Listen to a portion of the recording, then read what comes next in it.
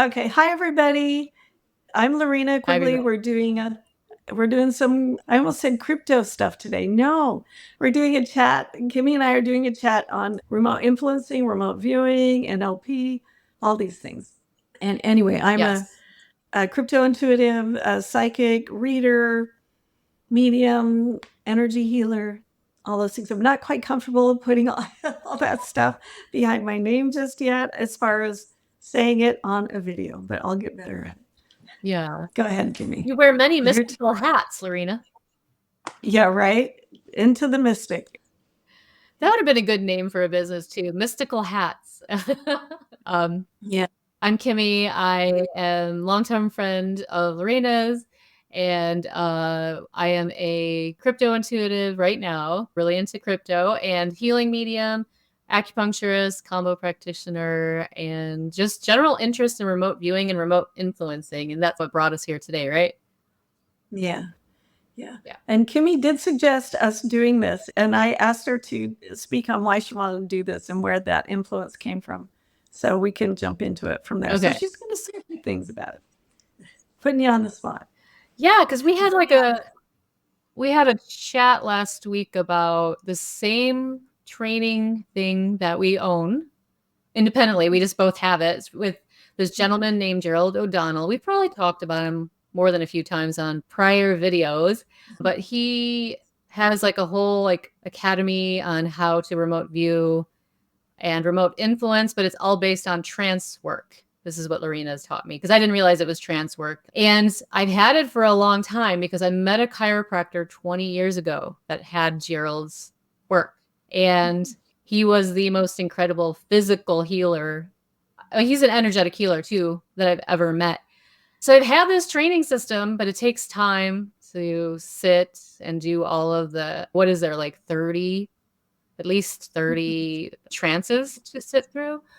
And the one that I came across is the one that I talked to Lorena about, where he teaches you how to understand and build rapport with them, with their language, and like figuring out how they process. Is it through visuals, their auditory, like the third eye visions in their mind, the visual people? He's very clear about using it only for the good, like only for healing work or only for helping people. Have you ever heard that part in the tape where he says, if you use this to like influence somebody's own will in a bad way, it will be taken away from you and you will receive the negative energies from it? But so yeah, all of that, listening to that tape is why I thought like we got to like talk about this because it's super interesting. Yeah, it is Yeah. interesting. So I just wanted to say if you investigate remote influencing, like go onto YouTube or Google, you're going to get a lot of information. There is different types of remote influencing. There is a very specific remote, like with remote viewing, that you do remote influencing, which is a pretty intense process, and there's a lot of learning behind it. At Lynn Buchanan, the pretty famous, he's famous remote viewer, actually has some really good videos around him remote influencing. And he does say there are like, don't use this for evil purposes. Basically, Yeah. you're teaching you how to remote influence, but you have to be pretty good at remote viewing to actually remote influence at the level that he's talking about. Now, Gerald O'Donnell in his stuff is slightly different. And there's also there's a Silva method technique that has some remote influencing also. But they're all based on one. Well, Gerald O'Donnell's and the Silva method are based on you imagine that you are the person that you are influencing. But you're doing this from a state of like theta or like deep trance state is what you're doing this work from. So you go into these deep trance states. Yeah. You imagine that you are this person because at some level we are all one. It's based on that. Now, doing that from that place, and then what you do is you do kinesthetic impact. So what that means is that you're imagining that you're connecting with that person on a subconscious level, not a conscious level, subconscious level. Right. And then doing the influencing, I didn't want to say manipulating, influencing them from that level. So what you would do is project, perhaps this is a way to do it, project something happening with this person that would get them to shift from the state that you want them to shift out of. Say, perhaps you want them to be healthy. They want to be healthy. You imagine them feeling healthy and projecting that in a subconscious, on a subconscious level. So this is all imagination and intention, but you're at a level where you're connecting with them and you connect to that energy. Yeah. And you imagine them in a state of health or changing some really bad habits or the way that they're seeing themselves, this sort of thing. And what I mean by feeling, so, and it goes with, you can use visual, pictures, you can use feeling, kinesthetic, so that they feel it. So you're projecting a feeling to them and putting it in on a subconscious level, or hearing that, which but goes with feeling too. It's like saying you feel amazing. You want to, like, say you don't want them to smoke anymore. So you are, that's harder to do. Like not wanting to smoke. You can't say you're not wanting to smoke because then they'll imagine smoking and then not, like, you got to get them to that state. That Yeah. doesn't work. No, just in a You have to place like of being picture able them to not breathe, smoking. not smoking, like just breathing fresh air, being in that state and just really appreciating breathing fresh air, that type of thing. Anyway, so this is what you're doing. You can also state it. So putting those sentences as in almost like affirmations into their subconscious level where it goes in deeper. Because if you're doing it consciously, like putting it in their conscious mind, well, that doesn't work as well. You really want to work it from a subconscious, or Lynn Buchanan calls it the luminal, where it's the quantum field where all things exist, is what you're putting in there. So you're accessing a larger field. And this is Gerald O'Donnell gets into this. Yeah. So you work in that realm, and literally you can also, you can draw these and then put them, imagine that you're drawing these patterns, these new patterns that you're creating, and imagine that you're putting it, as you're drawing it and circling it. So you're drawing it, circling it, and putting it into underneath it, putting it into their subconscious mind. So it's actually giving it an energetic, it's almost like a stamp that you're putting in there. So it's quite interesting. It has a element of magic in a sense, the way it Yeah. works. Yeah. So remote influencing is very interesting.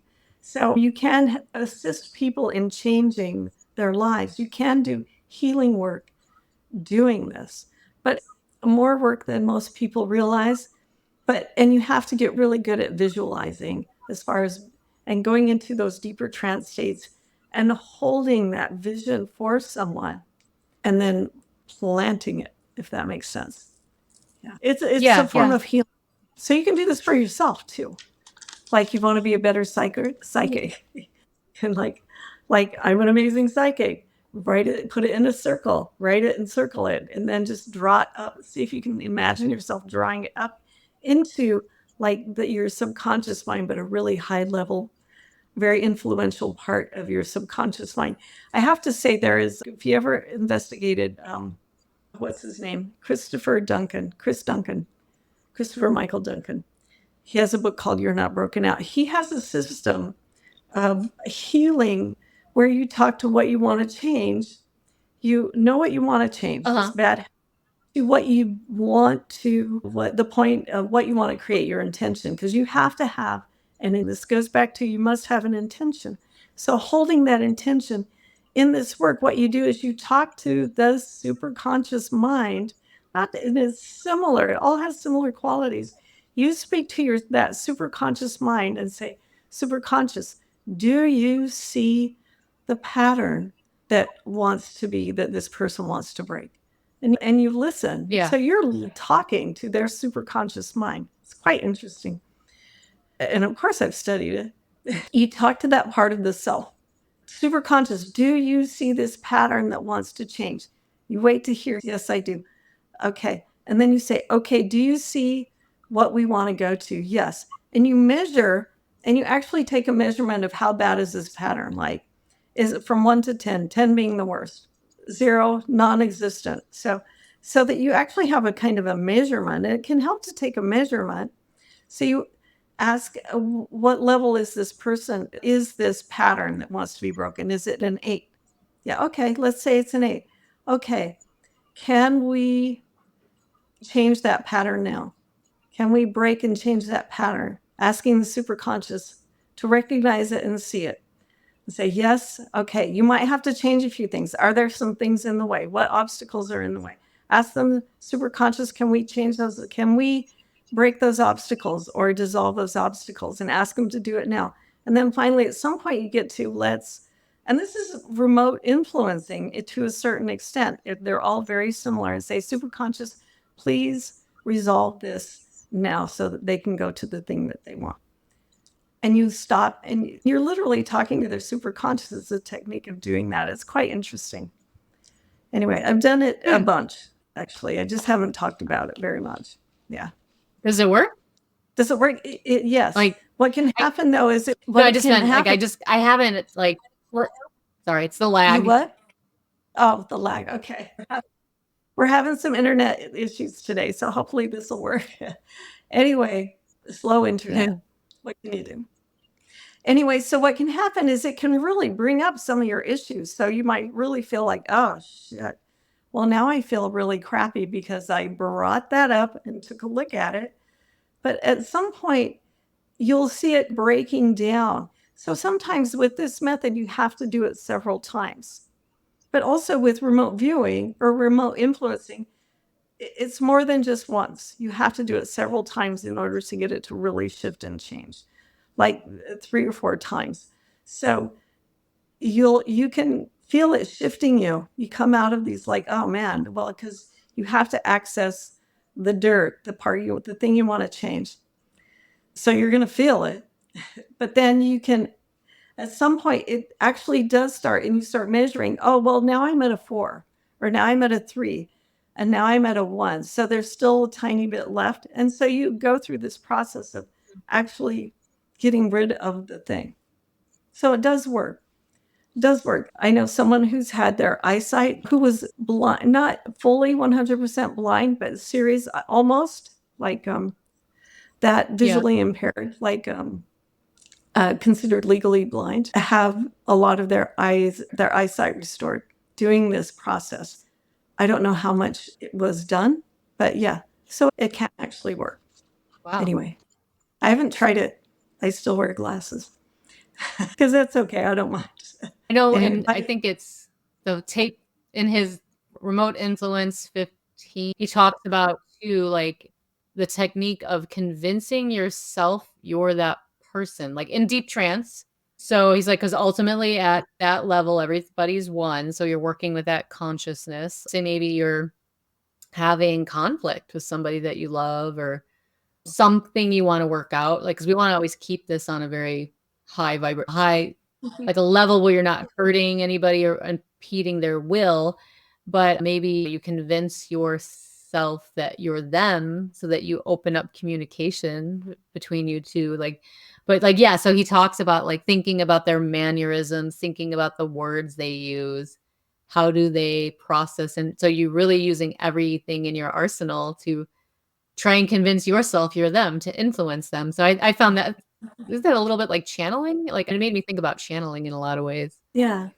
Well, it also reminds me of healing, because when you're healing, any type of energy healing, it's like you're in there, like energetically, you're in there looking around, and yeah. But if you can use your imagination, yeah, you use their language patterns, their visuals, what they feel like, what they look like, mirroring their actions, their mannerisms, all of those things, to you are them in a sense. You do use that. But then you see them in a very high frequency. Yeah. But there is a warning around doing anything like that. If you're like, say, you think that someone is an evil political leader. Okay, let's just you might not want to, and you think they're doing really bad things, you might not want to jump in there and try and remote influence them.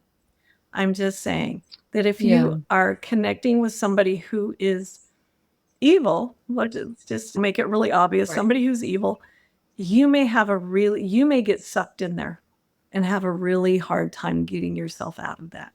So don't try and take on too much when it comes to doing this kind of things. You may be sorry. Yeah, start with little things and imagine it in a really high way. Like, I can really communicate with this person. I love this person and I want that communication to be open. And imagine sitting with them and being them and having that conversation with yourself, because you're them, the conversation that you would like to have, or feeling that sense of love, that kind of thing. But you can actually do healing too, like as far as real healing. Imagine them healed in some way that they perhaps need. Yeah. Yeah. Right. And you can do that for yourself too, actually. Yeah. But that's going into really deep trance states, holding that state and having consciousness in that state and seeing that happen. That's the hard part. I'm laughing because it's really hard to say. I was telling Lorina, like, I'll go through a lot of his training, and then he drops you down the different brainwave levels. And I'm there. I'm like, alpha, okay, theta. And then he drops you down to delta. And then, like, I wake up when he's calling us back, like, from Yeah. the work that and I'm like, dang it. Because, like, I'd say 90% of the time, I'll fall asleep at the delta point. Well, that's So, sleep state. So, yeah. So that's the training. That's the hard part. but Staying conscious in yeah, that state. Yeah. And then you can do some you're really amazing exactly. work. That's the hardest part. But if you can really learn how to do that, if you can learn how to hold those states, that's amazing. That is mind control. You Right. are controlling your mind, you're directing energy. That's amazing. You can really do some great stuff there. Yeah. So keep trying. I have a hard time staying awake with his stuff too. So hey, yeah, sit up, do it sitting up. Really. And Yeah, yeah, I think I gotta do it away from bedtime because that's when I tend to do it. yeah. I like to do my readings, my coin readings at night because then I feel like my mind is quieter, like right before I'm about to go to bed. It's Me like more too. and more relaxed state, so the information feels Yes. good and just clear. But as far as the training, I should take a cue from that guy. What's his name? Jurgen, the multidimensional man. Do you know Jurgen, gentleman whatever. that all of those out of body experiences of transcendental meditation? But he got up as disciplined at 5 a.m. every day and sat in transcendental meditation for 2 hours, and then he was exploring, and that's the time to probably do it. But I would probably fall asleep then too. Yeah. Then too? Sure of it. Oh my gosh. I once did, for a while, I had to go, when I was teaching a lot of classes, I would actually around 4 o'clock, I'd have my class plan ready to go, and I would meditate around 4 o'clock in the afternoon Oh, okay. and do like some of Gerald's work and some other stuff. And Uh-huh. so I would have these amazing experiences because I'm very much awake. And I know I'm going to go teach a class, and I would have these amazing experiences before class. And I'd be really jazzed by the time I got to class because I just had this amazing meditation / experience. So, and that was 4 in the afternoon. But hey, who can do that at 4 in the afternoon? I don't know. Anyway, just a thought. Yeah. Have you gotten to the point in speaking of, like, I haven't gotten to the point in the training where not only do you, like, can use it for people, for building better relationships, healing, all those kinds of things, but, like, there was a woman that I saw in a talk with Gerald talking about how she just influenced reality in general and, like, brought certain experiences to her. Like, she wanted to retire and she was maybe mid-40s, and she had said at his talk, like, "I did your whole training for 3 weeks straight." Like, she religiously did it, and then she brought something into her life that completely paid off all her bills, and she was like, "I'm not, like, obviously filthy rich, but, like, I can now lead a life where I can just do what I want." And that was her whole intention. And I was like, oh, where is this in the training? Not Yeah. Well, that's like intention and doing that deep consciousness work where you can manipulate reality. Yeah. That's hard. It's hard work. Most of us don't have the patience or the tenacity to actually do that. But yeah, it can be done. Absolutely. There's the magic right there. And you're creating it.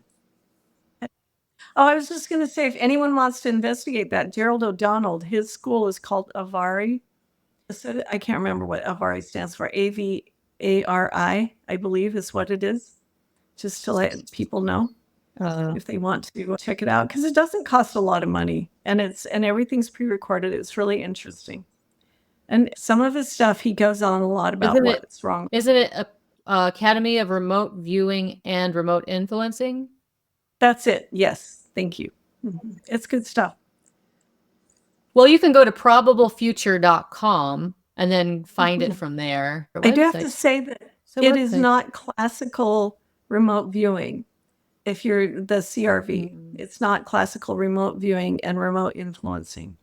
So just wanted to say that. It's a lot of deep trance work, but it's his version of remote viewing and remote influencing. And he does have a remote influencing, remote viewing background and a hypnotherapist too.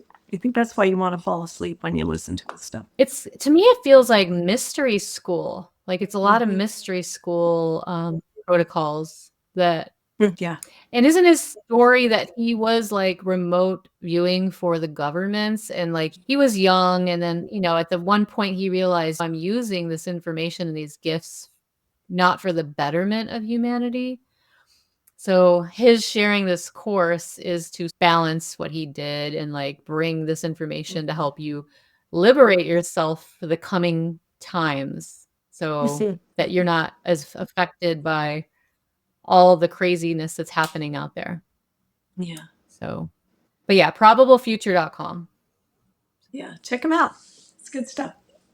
Yeah. Yeah. Do you think, Yes. I was going to ask you this because this has sparked our conversation a little bit last time too, as I was telling Lorena, I used to work at this massage school a long time ago, and they did cranial sacral work and polarity work, and they used a lot of the NLP techniques.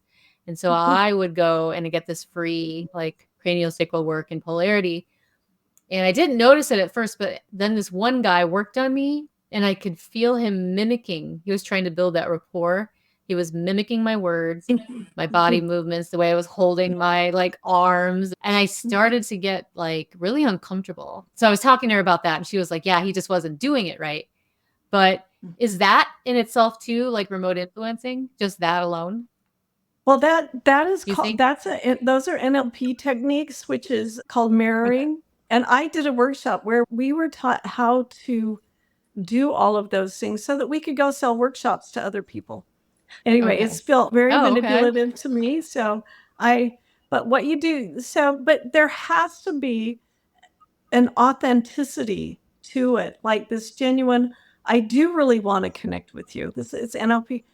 You have to meet the person where they're at. So I want to really connect with you and meet with you.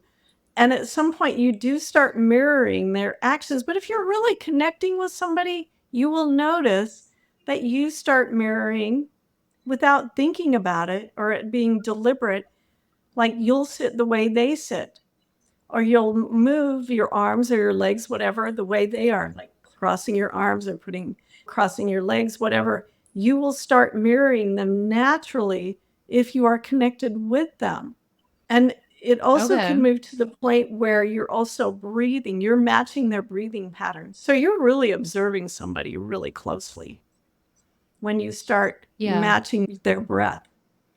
And then you can change your breath, and then you start changing it to either faster or slower so that they'll start, without thinking about it, matching you. So you become the leader in that situation. It's quite interesting. So it is manipulative, yes.